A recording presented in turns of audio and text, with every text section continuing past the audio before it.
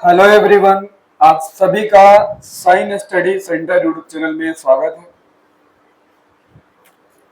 पिछले क्लास में हमने क्लास 10 भूगोल और संसाधन के बारे में भी पढ़ा था। भारत और उनके संसाधन और उनके प्रयोग के विषय। आज हम लोग पढ़ेंगे प्राकृतिक संसाधन के अंतर्गत, ठीक है, भूमि संसाधन के विषय। किसके बारे में पढ़ेंगे? भूमि संसाधन के विषय में पढ़ेंगे। तो सबसे पहली जो बात आती है वो है मृदा या भूमि। मृदा या फिर भूमि। मृदा क्या है, भूमि क्या है, ये आपको समझना होगा। सबसे पहले ये समझ लीजिए कि पृथ्वी की जो ऊपरी परत है, क्या है? पृथ्वी के ऊपरी परत जो असंगठित परतों से बनी है, जिसमें पेड़ पौधे उगाए जाते हैं। क्या कहते हैं?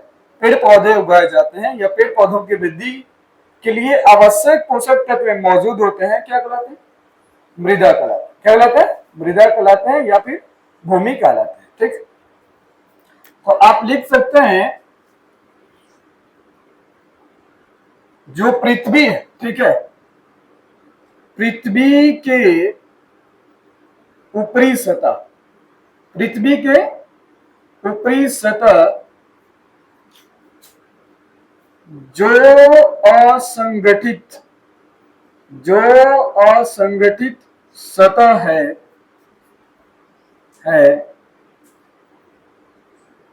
जिस पर, ठीक है, जिस पर पेड़ पौधों के वृद्धि के लिए, क्या के लिए? पेड़ पौधों के वृद्धि के लिए आवश्यक पोषक तत्व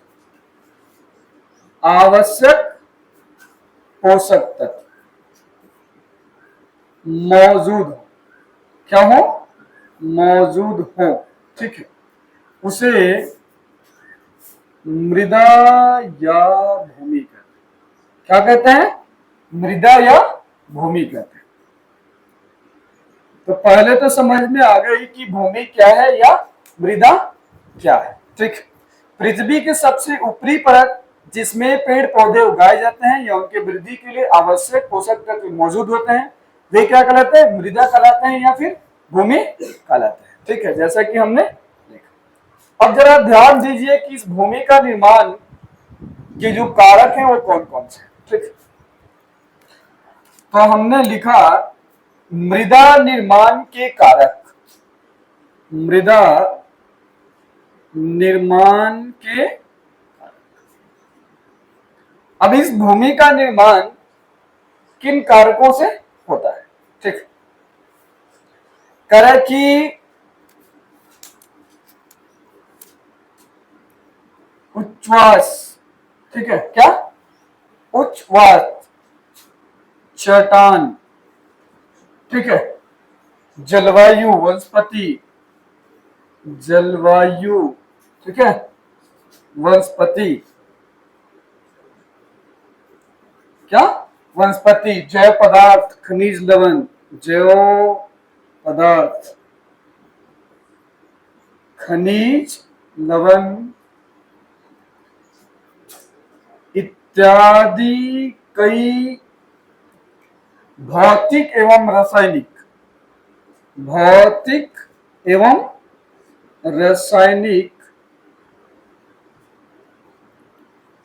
घटनाओं के लंबे समय के बाद कुछ सेंटीमीटर, क्या? कुछ सेंटीमीटर मृदा का निर्माण होता है। मृदा का निर्माण होता है। ठीक है,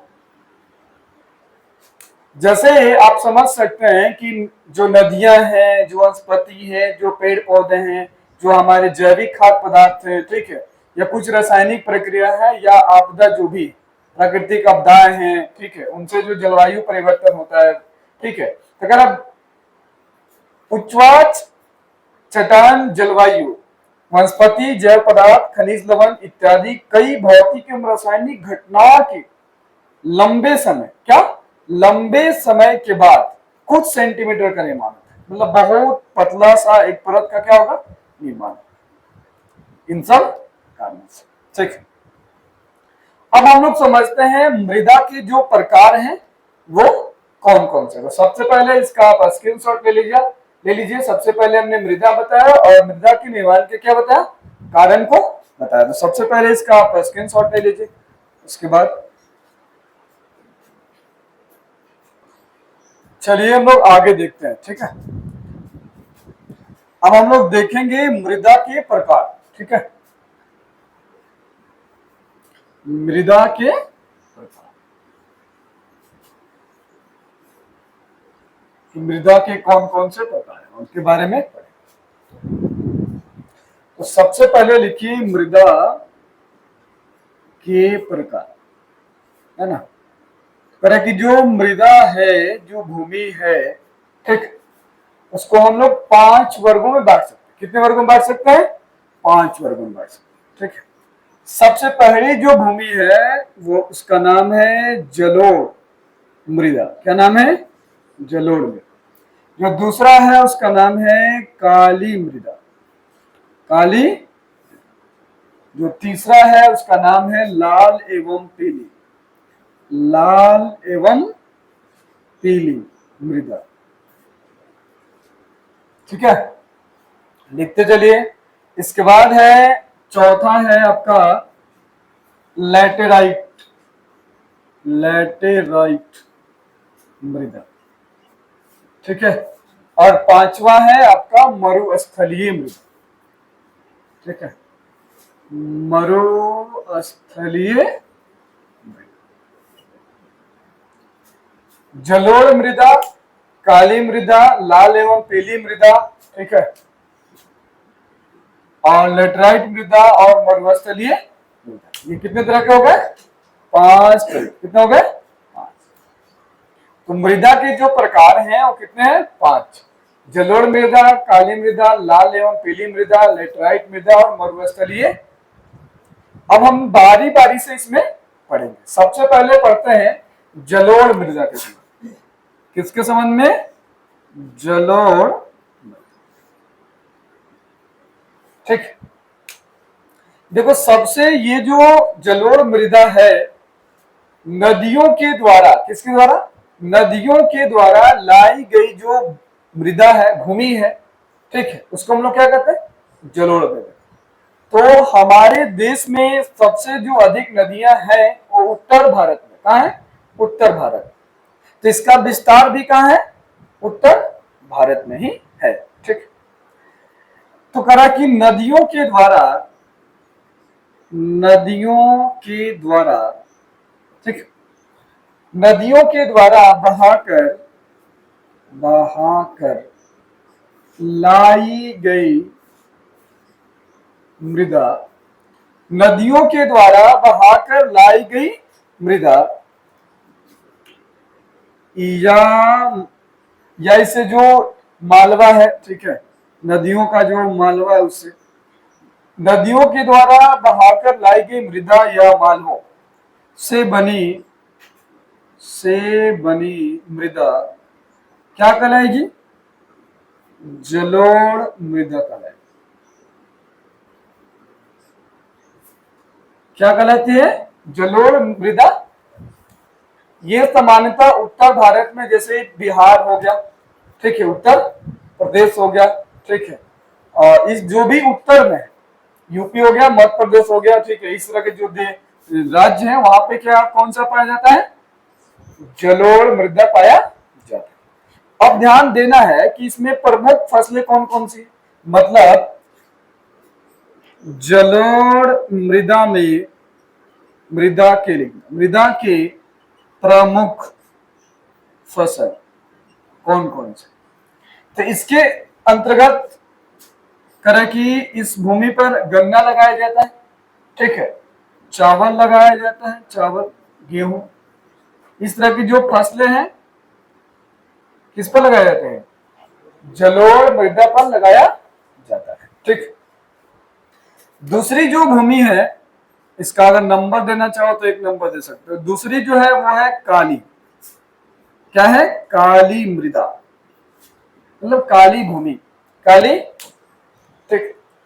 अब जो यहाँ जो भूमि दिया जा रहा है काली, कह रहा है कि इस मिट्टी का जो निर्माण है, अभी तो नदियों के द्वारा हुआ ना, ये पठारों के द्वारा है। कह रहा है कि इसका जो निर्माण है दक्षिण पठारी प्रदेशों में बेसाल्ट चट्टानों की पिघलने से, ठीक है, क्या होने से? पिघलने से हुआ है। इसका नाम काली मृदा है, और काली मृदा का जो दूसरा नाम है वो क्या है? रेगुन है। क्या है? रेगुन। ठीक। सबसे पहले लिखेंगे हम लोग काली मृदा। काली मृदा क्या है? कह रहा है कि मृदा का निर्माण जिस मृदा का निर्माण, ठीक है, दक्कन,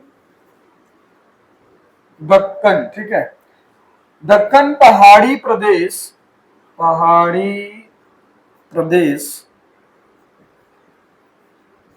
के, ठीक है, प्रदेश के बेसाल्ट चट्टानों के पिघलने से, क्या होने से? पिघलने से या विघटन होने से बनी मृदा काली मृदा कहलाती। क्या कहलाती है जी? काली मृदा कहलाती। कौन सी मृदा कहलाती है? काली मृदा कहलाती। ठीक है, चलिए। कह कि काली मृदा को हम लोग दूसरे नाम से भी जानते हैं, जिसका नाम है रेगुन। ठीक है, हाँ, यहां लिख लेंगे काली मृदा को का दूसरा नाम क्या है? रेगुन है। एग्जाम में आपसे पूछेगा काली मृदा का दूसरा नाम क्या है, तो आप बता दीजिएगा क्या है? रेगुन है। ठीक है, चलिए। इसकी प्रमुख फसल कौन सा है? काली मृदा का प्रमुख फसल कौन सा है? ठीक है, तो नीचे दिखाई दे रहा है। चलिए, तो पहले इतना उतार लीजिए, इसके बाद लिख सकते हैं नीचे काली मृदा। लिख लीजिए, एक साथ हो जाएगा ना फिर। काली मृदा के प्रमुख फसल, इसके अंतर्गत कौन कौन से फसल आते हैं? कपास और गन्ना। ये सबसे ज्यादा कपास के लिए जाना जाता है। किसके लिए जाना जाता है? कपास के लिए। ठीक है, इसके साथ साथ गन्ना भी लगाया जाता है, लेकिन गन्ना इसमें नहीं, किसमें होता है सबसे ज्यादा? जलोढ़ मिट्टी में। कौन सा? जो कहीं कहीं जो नदियां हैं, जैसे सोन नदी हो गया, या फिर और भी जैसे गंगा नदी हो गई, ठीक है, तो छोटे छोटे जो भूमि होते हैं ना नदी के किनारे, उसको हम लोग क्या कहते हैं? दियरा। क्या कहते हैं? दियरा। तो दियरा जो भूमि है, जलोढ़ का ही क्या है? एक छोटा सा भाग है जो नदी के किनारे, तट पर, कहीं आसपास छोटे छोटे भाग में रहेगा। कैसे? छोटे छोटे भागों में रहता है, जिसको हम लोग क्या कहते हैं? दियरा। क्या कहते हैं? दियरा। और दियरा जो है, ठीक है, दियरा मुख्य रूप से जो गन्ना फसल है, कौन सा फसल है? गन्ना फसल के लिए क्या है? प्रसिद्ध है। मतलब हम कह सकते हैं कि जो जलोढ़ मिट्टी है, और जलोढ़ मिट्टी में जो दियरा भूमि है, ठीक है, वो किसके लिए प्रसिद्ध है जी? गन्ना के लिए। इसी तरह से जो काली मृदा है, तो काली मृदा किसके लिए प्रसिद्ध है? कपास के लिए। किसके लिए? कपास के लिए। हालांकि इसमें गन्ना उगाया जाता है, लेकिन ये प्रसिद्ध किसके लिए? कपास के लिए। तो एग्जाम में पूछे जाएंगे कि कपास की खेती सबसे अधिक किस मृदा में होती है, तो किसमें होती है? काली मृदा में होती है। गन्ना की सबसे खेती अधिक कहाँ होती है? तो जलोढ़ मृदा में होती है। ठीक है, या फिर अगर दियारा लिखा रहा है तो दियारा में होती है। ठीक है, चलिए, अब इसका स्क्रीनशॉट आप ले सकते हैं, लीजिए। उसके बाद फिर हम आगे देखते हैं। चलिए, हम लोग आगे देखते हैं। करा कि जो जलोढ़ मृदा है, क्या है? जलोढ़ मृदा। ठीक है, जो जलोढ़ मृदा है, इनकी आयु के आधार पर दो वर्गों में बांटा गया। ठीक है, इसे मिटाते हैं।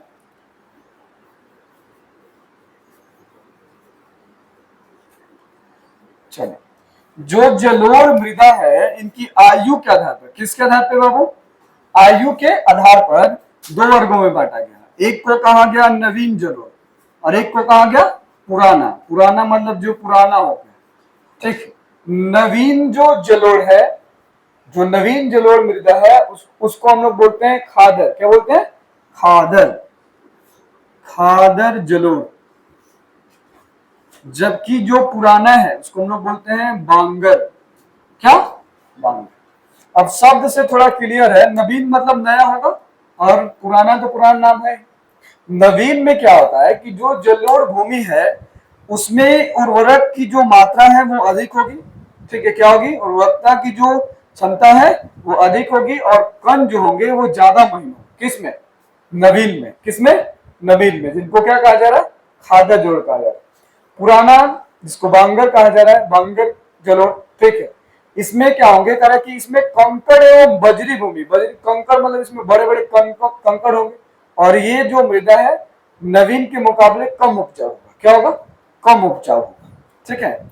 और इसमें कंकड़ की मात्रा अधिक होगी, तो इसको हम लोग क्या कर दिए? बांगर। बंजर के जगह पे क्या? बांगर, ठीक है। तो ये इससे याद रहेगा, पुराना जरूर बांगर कहलाया और खादर क्या कहलाया? जो खादर है वो नवीन जरूर है। क्या है? खादर नवीन जरूर। एक और जो आपको साइड में लिख लेना चाहिए, दियरा। क्या? दियरा, जो अभी इससे पहले हमने बताया, ठीक। कह रहा है कि जो उत्तर बिहार में बालू प्रधान, जो उत्तर बिहार में, उत्तर बिहार में बालू प्रधान मतलब ये खास करके बालू के आसपास होगा, ठीक है। बालू प्रधान मृदा को दियरा कहते हैं। क्या कहते हैं जी? दियरा। और ये जो दियरा है मक्का के लिए, किसके लिए? जो मक्की की खेती है, मक्का के लिए 20% है। किसके लिए? मक्का के लिए 20। हालांकि इससे पहले हमने बताया कि जो जलोढ़ है वो किसके लिए है? गन्ना के लिए। किसके लिए? गन्ना के लिए। जबकि जो मक्का है वो किस भूमि के लिए है? दियरा भूमि के लिए। किसके लिए जी? दियरा भूमि के लिए, ठीक। चलिए, इसके बाद हमने पढ़ लिया जलोढ़ मृदा, इसके बाद हमने पढ़ा काली मृदा। अब हम लोग देखेंगे लाल एवं पीली मृदा, ठीक। अब कह रहा है कि लाल एवं पीली, तो नाम से पता है लाल मतलब कैसा होगा? लाल होगा या फिर पीले रंग का, लाल या पीला। कह रहा है कि इस प्रकार का मृदे का विकास आग्नेय चट्टानी मतलब कह सकते हैं कि एक चट्टान है आग्नेय चट्टान, ठीक है, तथा कम वर्षा वाले क्षेत्रों में आग्नेय चट्टान से, और जहां कम वर्षा होती है वहां पे कैसी भूमि का निर्माण होता है? लाल एवं पीली का होता है। लाल एवं पीली का होता है, ठीक। करा कि लाल एवं जो पीली है इसमें सबसे करा कि इसमें इस मृदा में लोहांश की मात्रा के कारण, लोहांश मतलब लोहे का अंश या कह सकते हैं आयरन की मात्रा अधिक होने से इसका जो रंग है कैसा हो जाता है? लाल हो जाता है। क्या होता है? लाल हो जाता है। मूल रूप से ये गिरनाइट जो पत्थर है या नीस जैसे रेदार आग्नेय चट्टान है, ठीक है, उनके रूपांतरित होने से, उनके विघटित होने से का ये जो पीली और जो लाल है मृदा उसका क्या होता है? निर्माण होता है, ठीक। करा कि इसकी जो मुख्य जो फसल है वो है ज्वार, बाजरा, मक्का, मूंगफली, तंबाकू या फलों का उत्पादन होता है। करा कि ये खास करके तमिलनाडु, कर्नाटक, गोवा, दक्षिण पूर्व महाराष्ट्र इत्यादि में पाया जाता है। एक और चीज जो करा कि अभी ये काली मृदा से, ठीक है, और जलोढ़ मृदा से क्या होगा? कम उपजाऊ होगा। क्या होगा? कम उपजाऊ होगा। कौन? लाल एवं पीली। लाल एवं पीली। तो हम लोग लिख लेते हैं इसको भी, यहाँ नंबर कितना होगा? 3, ठीक है। इसको भी आप साइड में उतार लीजिए। नंबर 3 है आपका लाल एवं पीली, लाल एवं पीली मृदा, ठीक है। लाल एवं पीली मृदा कह रहा है कि जिस मृदा का विकास, ठीक है, आग्नेय चट्टान से, किससे? आग्नेय चट्टान। आग्नेय चट्टान से या कम वर्षा वाले क्षेत्रों में होता है उसे क्या कहते हैं? उसे हम लोग लाल एवं काली मृदा, सॉरी लाल एवं पीली मृदा कहते हैं। क्या कहते हैं जी? लाल एवं पीली मृदा कहते हैं। ठीक, कह रहा कि इस मृदा के अंतर्गत कौन कौन सी फसलें आती हैं? तो ज्वार लिख सकते हैं, जैसे में लिख सकते हैं फसलें आएंगी ज्वार, बाजरा, ठीक है, मूंगफली, ठीक है, तंबाकू, और कुछ फल लिख सकते हैं, कुछ फल।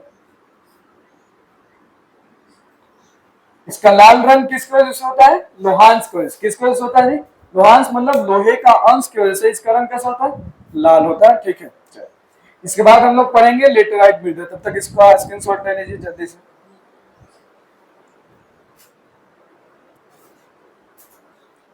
चलिए अब हम लोग देखते हैं क्या लेटेराइट मृदा है ना। चलिए मिटाते हैं इतना। मृदा के प्रकार में अब हम लोग देख रहे हैं लेटेराइट मृदा के विषय में। ठीक है,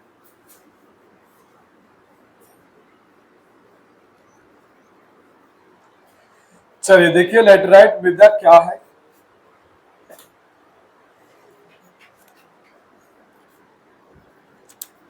सबसे पहले लिख लीजिए, यहां नंबर अगर देख के लिख रहे हैं तो नंबर कौन सा है? 4 नंबर है ना। चलिए लेटेराइट मृदा, कह रहा कि जो लेटेराइट शब्द की उत्पत्ति है वो ग्रीक भाषा के लेटर शब्द से हुआ। किससे हुआ? लेटर शब्द, जिसका अर्थ होता है ईट। क्या होता है? ईट। तो आपने देखा होगा ईट कैसे रंग का होता है जी? लाल रंग का होता है, और उसको तपा कर ऐसा किया जाता है। तो कह रहा कि इस प्रकार की मिट्टी के विकास उच्च तापमान एवं अत्यधिक वर्षा वाले क्षेत्रों में हुआ है। इसका जो निर्माण है उच्च तापमान, जैसे ईंट का निर्माण कैसे होता है? उच्च तापमान की वजह से होता है, और अधिक वर्षा अगर पानी नहीं चाहिए तो भाई ईंट बनेगी नहीं। तो कह रहा है कि जो लेटेराइट है इस मृदा का निर्माण उच्च ताप एवं अत्यधिक वर्षा के कारण होता है। ठीक है,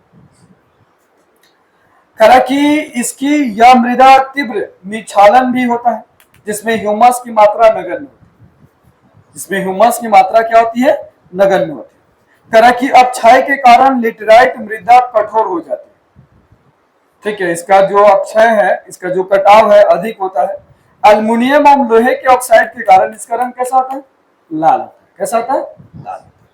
कह रहा है कि ये खास करके कर्नाटक, केरल, तमिलनाडु, पश्चिम बंगाल, उड़ीसा तथा असम की पहाड़ियों में लेटेराइट मृदा या मिट्टी का विस्तार मिलता है। कर्नाटक, केरल, तमिलनाडु जैसे राज्यों में मृदा संरक्षण तकनीक के सहारे चाय एवं कहवा का उत्पादन किया जाता है। तमिलनाडु, आंध्र प्रदेश और केरल में इस मृदा में काजू की खेती भी की जाती है। मतलब ये काजू की खेती के लिए भी क्या है? प्रसिद्ध है। ठीक है, तो सबसे पहले हम लोग लिखते हैं लेटेराइट मृदा। ये लेटेराइट मृदा है क्या? इसके बारे में कह रहा है कि इसका विकास या जिस मृदा का विकास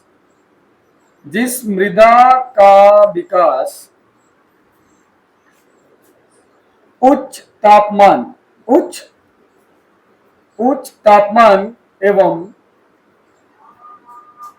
एवं अधिक वर्षा के कारण होता है, उसे हम लोग क्या कहते हैं?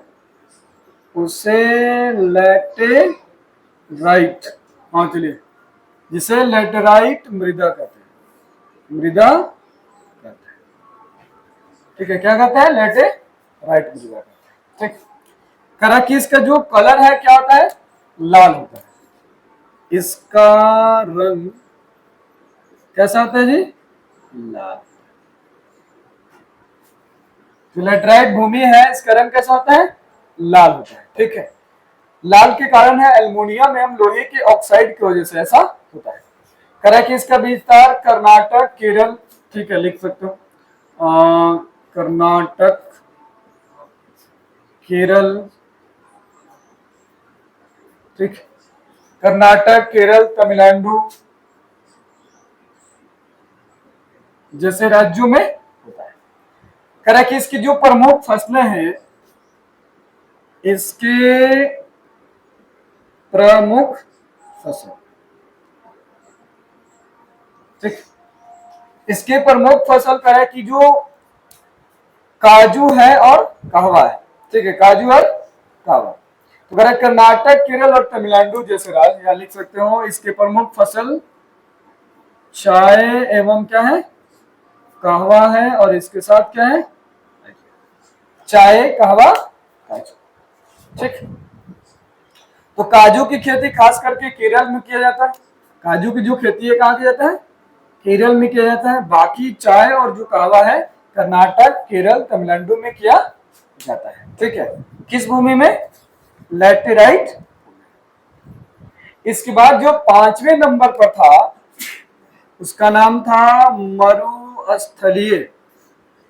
कौन सी मृदा, मरुस्थलीय। मरुस्थलीय मृदा आप समझ सकते हैं, जिसमें रेत ही क्या है, रेत। करा कि इस प्रकार की मिट्टी लंबी शुष्क ऋतु, मतलब जहां की जलवायु शुष्क हो, वर्षा कम हो और ह्यूमस कम हो, नमी कम हो, ठीक है, उस जगहों पर ऐसा होता है। खास इसका जो रंग है लाल एवं हल्का भूरा होता है। इसका रंग कैसा होता है, लाल एवं हल्का भूरा होता है। ये पाया जाता है राजस्थान में, सौराष्ट्र में, कच्छ में, पश्चिम हरियाणा और दक्षिण पंजाब में पाया जाता है, ठीक। करा कि इसमें कौन कौन सी खेती होती है, इसमें कपास चावल गेहूं थोड़ी मात्रा में होती है। सिंचाई अगर उपलब्ध हो तो थोड़ी मात्रा में चावल गेहूं कपास के हम लोग क्या कर सकते हैं, खेती कर सकते हैं। किसमें, मरुस्थलीय भूमि, ठीक है। तो मरुस्थलीय भूमि क्या है, जिस मृदा का विकास, जिस मृदा का विकास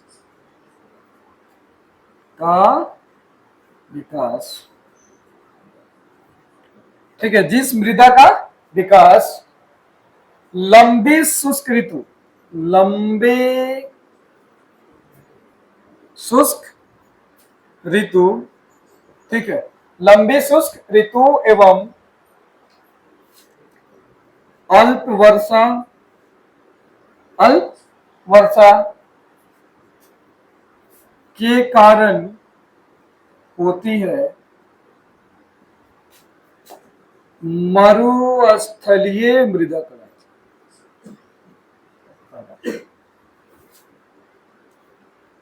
कहलाती, जिसमें या जिसकी परत कैसे होती है जी, बालुई होती है, मतलब बालू कह सकते हैं, जिसकी परत बालुई मिट्टी जैसी होती है।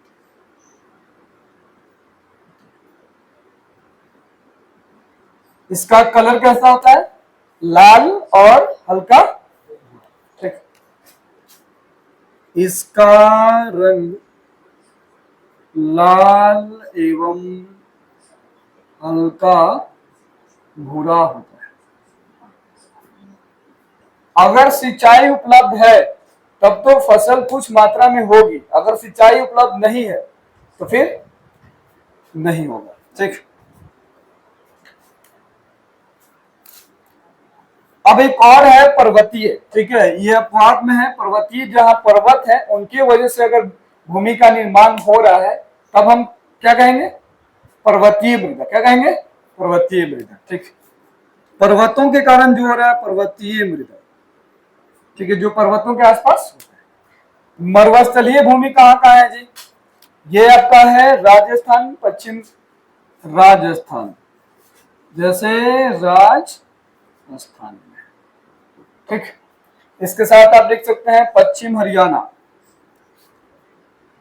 पश्चिम हरियाणा, ठीक है।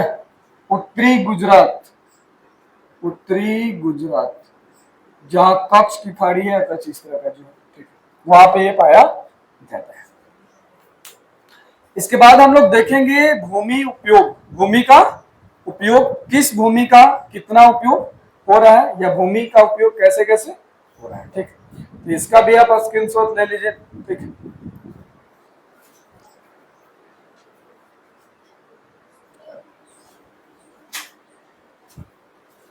भूमि का उपयोग, ठीक है, भूमि का उपयोग कहाँ कहाँ होता है और कितने परसेंट में होता है, इसको ध्यान में रखना है, ठीक है। चलिए, भूमि का उपयोग,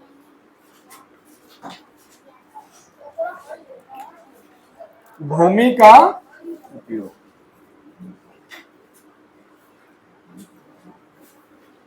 करें कि जो भूमि का उपयोग है, ठीक है, इसको आप 4 भागों में बांट सकते। कितने भागों में? 4 भाग। सबसे पहला जो भाग है वो है कृषि, क्योंकि आप जानते हो कि सबसे ज्यादा जिस पर काम होता है, मृदा पर सबसे काम अधिक होता है, वो किसका होता है?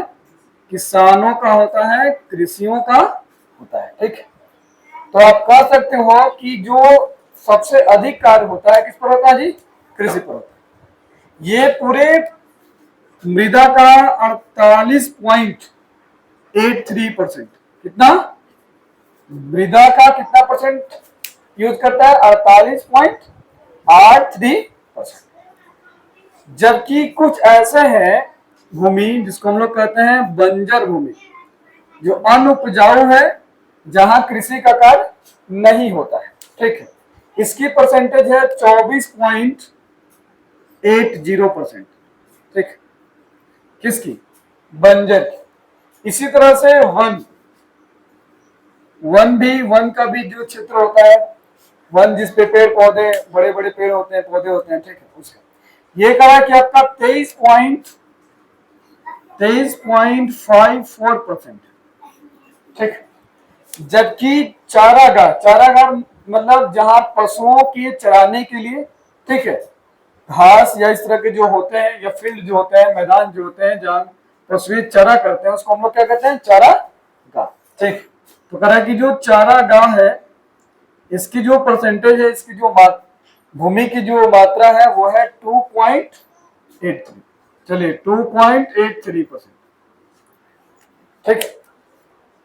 तो कह सकते हैं कि जो भूमि का प्रयोग है 4 जगहों पे हो रहा है। एक कृषि, एक प्रयोग नहीं हो रहा है जिसको हम लोग बंजर कह रहे हैं, एक प्रयोग हो रहा है वनों के लिए, चलिए वन है, और चौथा है क्या? चारागाह। क्या है? चारागाह, ठीक। तो चारागाह में 2.3%, वन है तो 23.54%, बंजर जो है 24.80%, और कृषि जो है 48.83%। कह कि भारत के कुल क्षेत्रफल का, मतलब भारत का जो कुल क्षेत्रफल है वो 54% भूमि कृषि है, मतलब जो पूरा क्षेत्र है भारत का, भारत के हिसाब से, ठीक।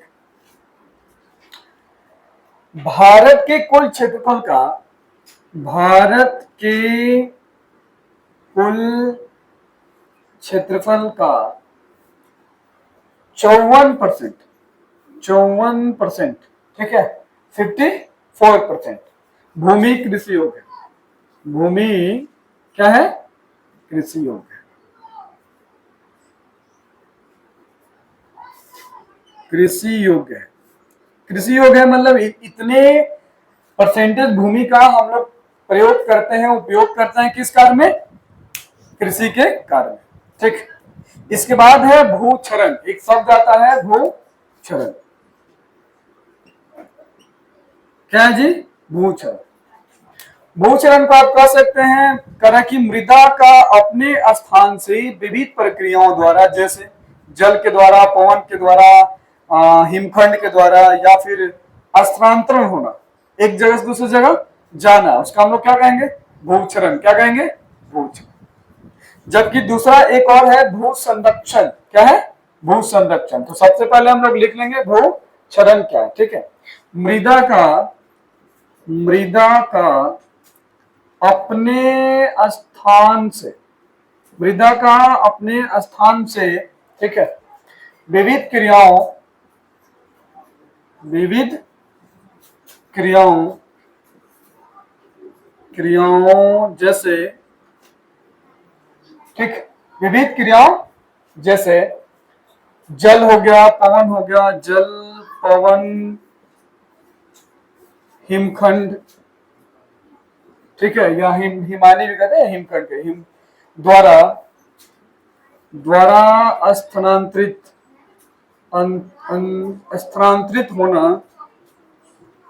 क्या कहलाएगा जी? भूक्षरण कहलाता है। भूक्षरण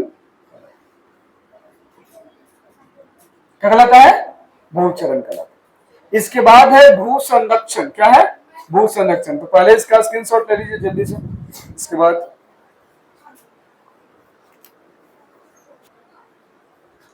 इसके बाद एक और छोटा सा टॉपिक है भू संरक्षण। क्या है?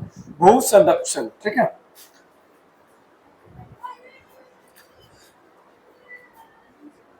तो भूमि का अपर्दन आपने पढ़ा होगा। क्या पढ़ा होगा? भूमि का अपर्दन मतलब भूमि का कटाव। क्या? भूमि का कटाव, ठीक। नदियों के किनारे या पवनों के द्वारा, ठीक है, या बाढ़ जब आती है तो भूमि का एक बहुत बड़ा हिस्सा क्या होता है? कट जाता है, ठीक है, और वो पानी में समा जाता है और वो भूमि क्या होती है? बर्बाद हो जाती है, नष्ट हो जाती है, ठीक है। तो उसी को हम लोग क्या कहते हैं? अपर्दन कहते हैं, भूमि का अपर्दन। लेकिन उसके बचाव के लिए जो काम किया जाता है, जो बचाव के लिए प्रक्रिया है, उसको हम लोग क्या कहते हैं? भू संरक्षण। क्या कहते हैं? भू संरक्षण, ठीक है। तो भू अपर्दन भूमि का कटाव या विनाश होना क्या कहलाएगा? भूमि अपर्दन। भूमि अपर्दन,